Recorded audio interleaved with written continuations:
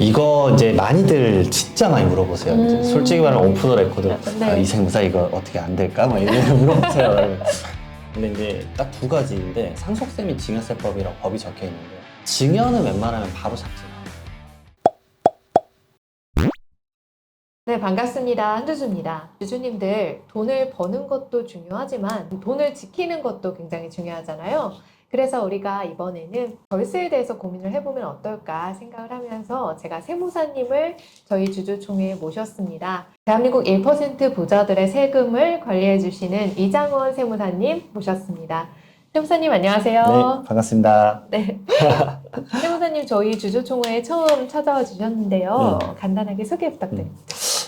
사실은 이제 예전부터 제가 한주주님 채널을 봤었죠, 사실은. 네. 저는 사실 몇천 명대부터 봤었기 때문에 너무 반갑습니다, 정말. 네, 너무 반갑고. 감사합니다. 제가 이런 이제 인플루언서를 만날 기회가 어디 있을까라는 생각이 들 정도로 진짜 너무 반갑고.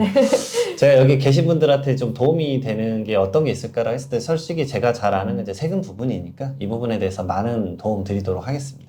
네. 오늘 정말 나눠주실 이야기가 너무 궁금한데요. 우리가 가족 간의 계좌이체를 하거나 현금을 주거나 그렇게 하는 경우가 굉장히 많잖아요. 하지만 그렇게 가족 간의 계좌이체를 하는 경우에도 잘못하면 세금 폭탄을 맞을 수 있다. 그런 이야기를 제가 들었는데 이렇게 증여세가 안 나오게끔 가족들한테 계좌이체를 해주기 위해서는 우리가 어떻게 해야 되나 그게 좀 궁금합니다. 첫 번째로 이게 말 그대로 조사의 포인트가 되는 시점이 언제인지 아셔야 돼요. 예. 왜냐하면 사실 가족 간에 이렇게 거래를 하더라도 바로 다 잡아내진 않아요.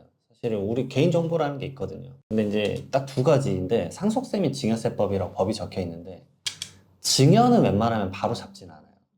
그러니까 이렇게 계좌이체를 하더라도 주로 어느 타이밍에 걸리냐면 자녀가 소득이 없는데 주택을 샀거나 그러니까 뭔가 기록이 남는 거를 큰 걸 샀을 때 예. 그럼 난 소득은 없는데 너의 돈 이거 어디서 났냐? 그러니까 그게 대표적인 게 대한민국 부동산이 많습니다. 주식은 또 바로 많이 못 잡으시더라고요. 그러니까 주식으로 세무조사한 경우는 사실 많이 없었어요. 그러니까 부동산 같은 경우 첫 번째로는 주택 취득자금 소멸, 그다음에 두 번째로는 전월세 신고제.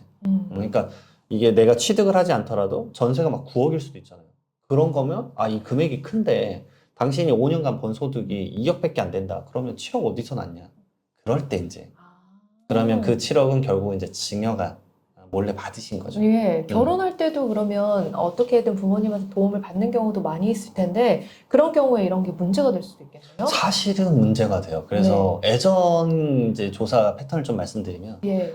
예전에는 2, 3억 전세자금 주더라도 별로 안 건드렸어요. 왜냐하면 부부가 이제 결혼 생활 해야 되고 사실 예전이라고 해봤자 한 10년, 15년 전인데 이미 그때부터 출생률이 막 줄어들고 사회적 이슈가 되니까 그것에 대해서 웬만하면 안 건드렸는데 최근에 집값이 전세가 이제 2, 3억짜리가 생각해 보시면 없어요. 예, 저희 지방으로 내려가야 되죠. 예. 거의 뭐 이제 좀 하단으로 내려가야 예. 되기 때문에 거의 존재하지 않거든요. 결국은 그 전세 자금도 이제는 리스키하게 높아질 수밖에 없어요. 5억, 7억.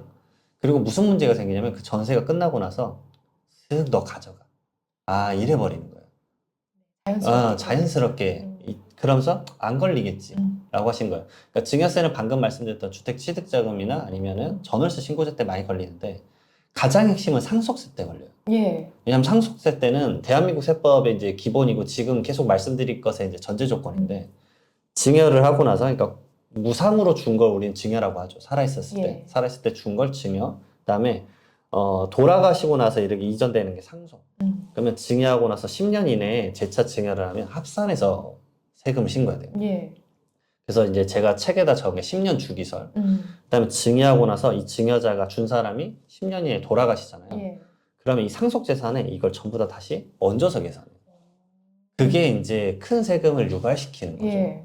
그렇기 때문에 그때 경우에 이제 무슨 문제가 생기냐면 상속 같은 경우는 계좌를 다 볼 수 있어요.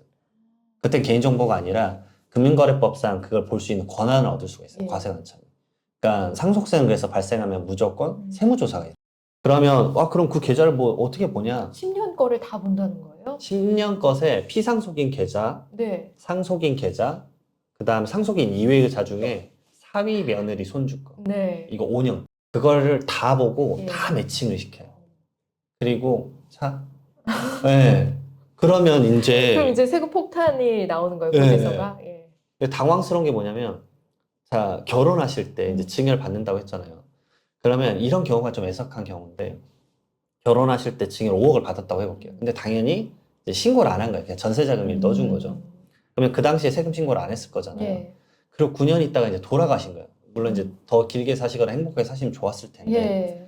이 조사가 웬만하면 10년만 보거든요. 사실 10년의 기한에 제한은 없지만, 웬만하면 10년만 보거든요. 그러면 10년 투를 보는데 9년 전이잖아요. 그러면 그 당시 안 냈던 증여세, 거기에 따른 신고불성실 가산세, 그다음 납부불성실 가산세가 1년에 거의 한 8, 9%예요. 어머, 그럼- 너무 가중치가 크네요. 100%가 네. 넘어가는 경우가 많습니다.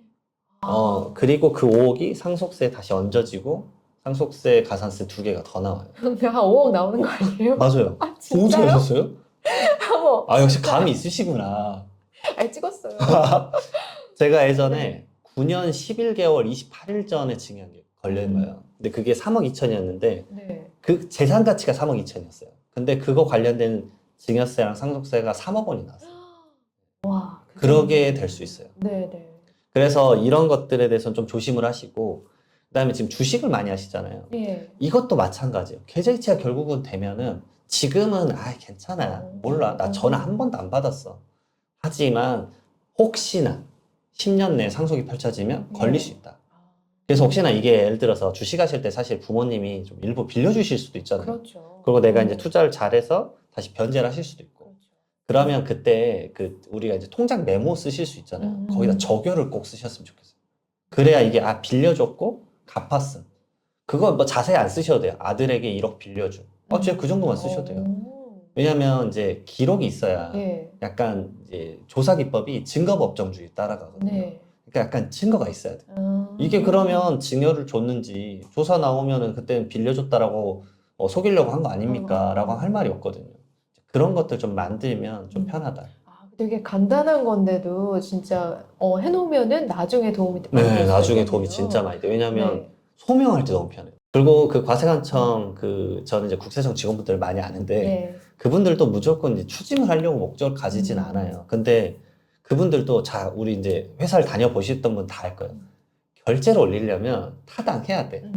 뭔 말인지 이해가시죠? 설명할 수 있어야 돼요. 아니, 이렇게 네. 적혀 있으니까 이거 좀, 만약 예를 들어 소송까지 넘어가면 시끄러울 것 같습니다. 과장님 하면. 그래. 그럼 이건 패스하지. 뭔가 이 타당성이 있어야 된단 말이에요. 근데 하나도 안 적혀 있고 그냥 1억 주고 이자 내역 하나도 없어. 빌린 건지 뭔지 알 길이 없는 거죠. 그러면 그거는 이제 세금 대상으로 딱 네. 포함을 시켜버리는 네, 거예요. 그러게 돼버려요. 확률이 높아져요. 네. 그리고 이제 저는 이제 세금적으로는 그래 말씀드려요. 가족 간의 금융거래 내역은 최대한 안 했으면 좋겠다. 왜냐면 막 이래요. 아버님이 이제 자기 뭐 예를 들어서 아파트 잔금 내라고 어머님한테 줘요. 근데 어머님도 바빠서 아들한테 줘요. 근데 아들도 바빠서 자기 아내한테 줘요. 네. 이게 다 사실은 네. 다 증여거든요. 어머. 그러면 그 증여가 몇 번이 일어나는 거예요? 세금이 네. 몇 번이 일어나는 네. 거예요? 그런데 네. 그러면 이제 이걸 자기가 소명을 해야 돼요. 네. 근데 생각해 보시면 편한 게 아버님이 돌아가셨을 때 그런 이제 내역들을 추정을 해야 되잖아요. 네. 추적을 해야 되잖아요. 혹시 부모님이 지난달에 돈을 어디다 썼는지 소명을 하실 수 있으실 것 같아요. 거의 못 해요. 기억 안 나죠? 네. 아니, 당연히 몰라요. 아버지가 돈을 카드를 얼마 쓰고 모르잖아요, 사실은. 아무리 가족 간이어도 사실은. 그러니까 추징될 확률이 높아져 버려요. 네. 근데 이제 대한민국의 상속세랑 증여세가 너무 세율이 높기 때문에 네. 그런 건 좀 이제 금융 습관으로 좀 조심하셔라. 정말 조심하셔야 될 것 같아요. 가족 간의 계좌이체 너무 쉽게 그냥 하는 건데, 뭐 몇 천만 원, 몇 억까지도 이렇게 부동산 거래를 하다 보면은 쉽게 발생할 수 있는 일이잖아요. 근데 그런 것들조차도 되게 꼼꼼하게 관리를 하시고, 이렇게 계좌이체 하실 때 메모하시는 란에 꼭 이렇게 빌려줬다는 내용을 쓰시기만 해도 조금 도움받을 수 있는 방향을 찾을 수 있으니까요. 주의하시면 좋겠습니다. 네, 다음 질문으로 한번 넘어가 보도록 할게요. 그러면 계좌이체 너무 위험하네. 현금으로 줘야겠다. 현금으로 이제 수표로 뽑는 거죠. 3천만 원 이렇게 뽑아가지고 주는 경우에 그럼 이건 안전하겠지라고 생각을 하실 수도 있을 것 같은데요. 그렇게 현금 입출금을 잘못하는 경우에도 탈세로 의심받을 수 있다는 이야기를 제가 본 것 같습니다. 이건 어떻게 된 건가요? 이거 이제 많이들 진짜 많이 물어보세요. 이제 솔직히 말하면 오프 더 레코드. 네. 이 세무사 이거 어떻게 안 될까? 뭐 이렇게 물어보세요. 그러면 아니, 네. 제가 그러면 첫 번째로 말씀드린 게 뭐냐면, 자, 대표님도 생각해 보세요. 네. 100만 원 이상의 현금을 마지막으로 써본 게 언제세요? 네. 기억이 없으시죠? 현금을 받아도 대한민국은 못 써요. 이미 시스템이 못 쓰게 되어 있어요. 왜냐면 대한민국에 그게 있어요. 그 직장을 다녀보셨잖아요. 예. 신용카드 소득공제라는 게 있어요. 네. 그게 왜 만든 거냐면 근로자한테 소득공제를 해주려는 게 목적이 별로 아니에요. 그걸 매출을 하는 매출업자들이 매출 누락을 막기 위해서 만든 거예요. 그러니까 세금은 항상 이르게 약간 오가작 통제처럼 네. 서로를 약간 감시하게 되어 있거든요. 네. 근데 현금을 그래서 안 쓰는 게 아주 고착화됐어요. 그러니까 대한민국 사회에서. 그러니까 한국에서는 오히려 현금을 쓰면 이상하게 생각해요. 그렇죠. 요즘은 현금 없는 매장들도 생겨나고 네. 있고요. 그러니까 이게 잠깐만 이거 무슨 돈인데? 이러거든요. 그러니까 저도 생각해보면 현금으로 2, 30만 원은 써요. 이제 네. 경조사비 때문에. 근데 100만 원 이상 써본 적이 기억이 안 나요. 네. 네. 없어요. 없으시죠? 기억이 없어요. 네. 네. 그러니까 받더라도 못 써요. 결국은 계좌를 넣어서 쓰거나, 아니, 주식도 계좌에 돈을 넣어야 돼야 할 수 있잖아요, 사실. 네. 이거 막 이런 유가증권 종이로 주세요, 이거 안 되잖아요. 네. 그런 이제 애전 스타일이 말이 안 네. 되니까. 거기다가 부동산 구입할 때도 마찬가지인데, 그 받는 사람도 불안하니까, 네. 아니, 계좌 이체를 해주세요. 왜 현금으로 주냐. 그러니까요. 그 막 예를 들어 부동산은 막 몇 억인데 네. 그거 몇 억 현금으로 이렇게 가져갈 수는 없잖아요. 그리고 그걸 세고 있을 수도 없어요, 사실은. 그렇잖아요. 막 기계 이렇게 두고. 그런 환경이 이제 대한민국이 아니다. 네. 그걸 좀 알아두셔야 되고, 두 번째로는 현금 뽑을 때도 마찬가지예요. 네. 이게 FIU 시스템에 다 들어가는데, 음. 최근에 바뀐 걸로 알고 있어요. 네. 예전에는 있어요. 그 은행 창구를 가서 1,000만 이상 현금을 뽑으면 은행원이 물어봐요. 어디서 쓰세요? 네. 그게 왜 그러냐면 그냥 물어보는 게 아니라 그걸 FIU라는 우리 금융감독기관에다가 보내요. 네. 왜 1,000만 원을 뽑은지에 대해서 네. 보내야 돼요. 그러니까 그게 두 가지인데 불법 자금이랑 가장 이슈가 됐던 건 그겁니다. 그거. 우리가 그 뭐라 그러죠? 전화로 이제 사기당하는 거. 보이스피싱이요? 보이스피싱. 네. 그것 때문에. 나이 드신 분들이 막 이제 뭐 예를 들어서 부산에서 네. 현금 5천만 원 빼가지고 네. 막 대전 가서 건네주고. 그러니까 그걸 미리 차단하려고 그걸 물어보는 거예요. 그러면 항상 보이스피싱의 그 당하신 분들 스토리가 그거잖아요. 이거 그냥 뭐 자녀의 주택자금으로 말하라고 막 그런 식으로 해서 금감원인데 막 그 일정한 패턴을 막고자 한 거예요. 근데 이제 요즘 더 엄격해진 게 500만 원만 넘어가도 이제 막 문진표 작성하고 어머. 더 엄격해졌어요. 예. 500만 원 기준. 네. 그러니까 첫 번째로 뽑기도 어렵고 예. 두 번째로 쓰는 건 거의 불가능에 가깝다. 예. 네. 생각해 보시면 돼요. 정말 좀 번거롭게 되어 있는데 그게 이제 이 소득을 창출하는 어떤 기업의 그 매출을 확인하기 위함이기도 하고 우리를 좀 보호하기 위함이기도 하고 여러 가지가 좀 맞물려서 있는 거네요. 맞아요. 그래서 네. 현금을 결국은 쓰기가 어렵다.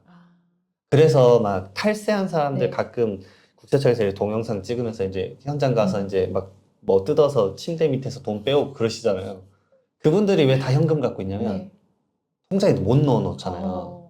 근데 또 쓰지도 못해. 네. 왜냐면 대한민국은 현금을 쓰기가 진짜 어렵거든요. 예. 그러니까 현금이 집에 적체되어 있는 거예요. 네, 5만 원짜리 네. 다 어디에 숨어 있다고 네, 하더라고요. 금괴랑 자동차에 막 있으시잖아요. 네. 그러니까 그거 탈세 포착 잡아내는 거죠.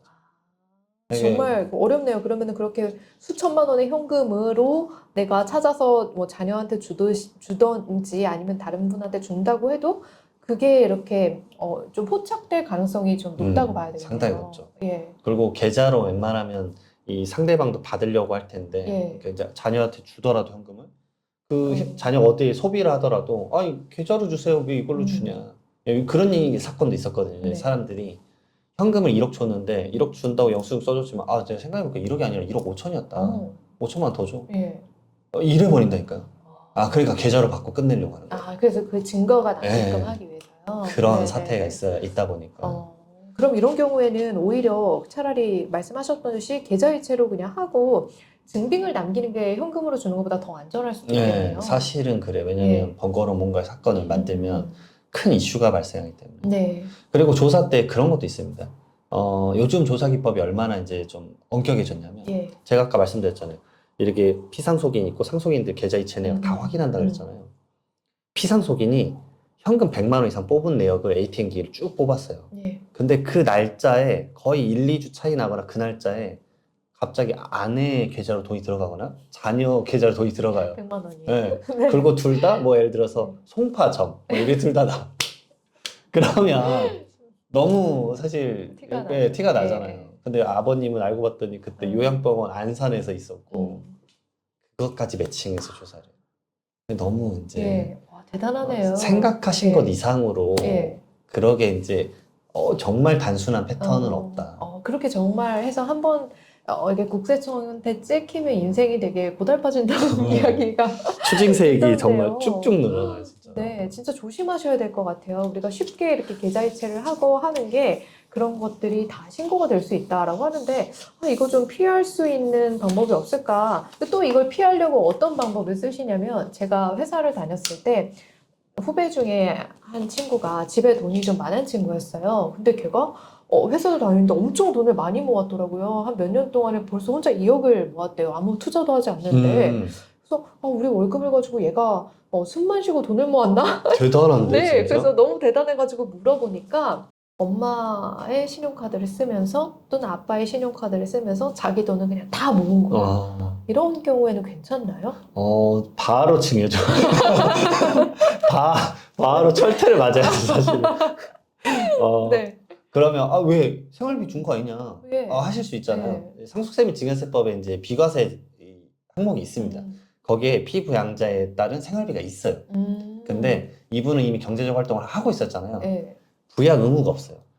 근데 부양 의무가 없는데 부모님의 돈을 받아서 자기가 생활비를 쓴다라는 거는 뭐냐면 말 그대로 징해요, 징해. 그럼 사실. 그거는 진짜 몰래 하는 네, 몰래 하는 거죠. 들키면은 그분이 그런 말을 하시면 안 되지, 사실. 그렇구나. 떠벌리고 네, 다니셨네요. 네, 네. 그거를 이제 눈치를 챘죠, 저희가. 그렇죠, 보니까 카드가 엄빠 카드네.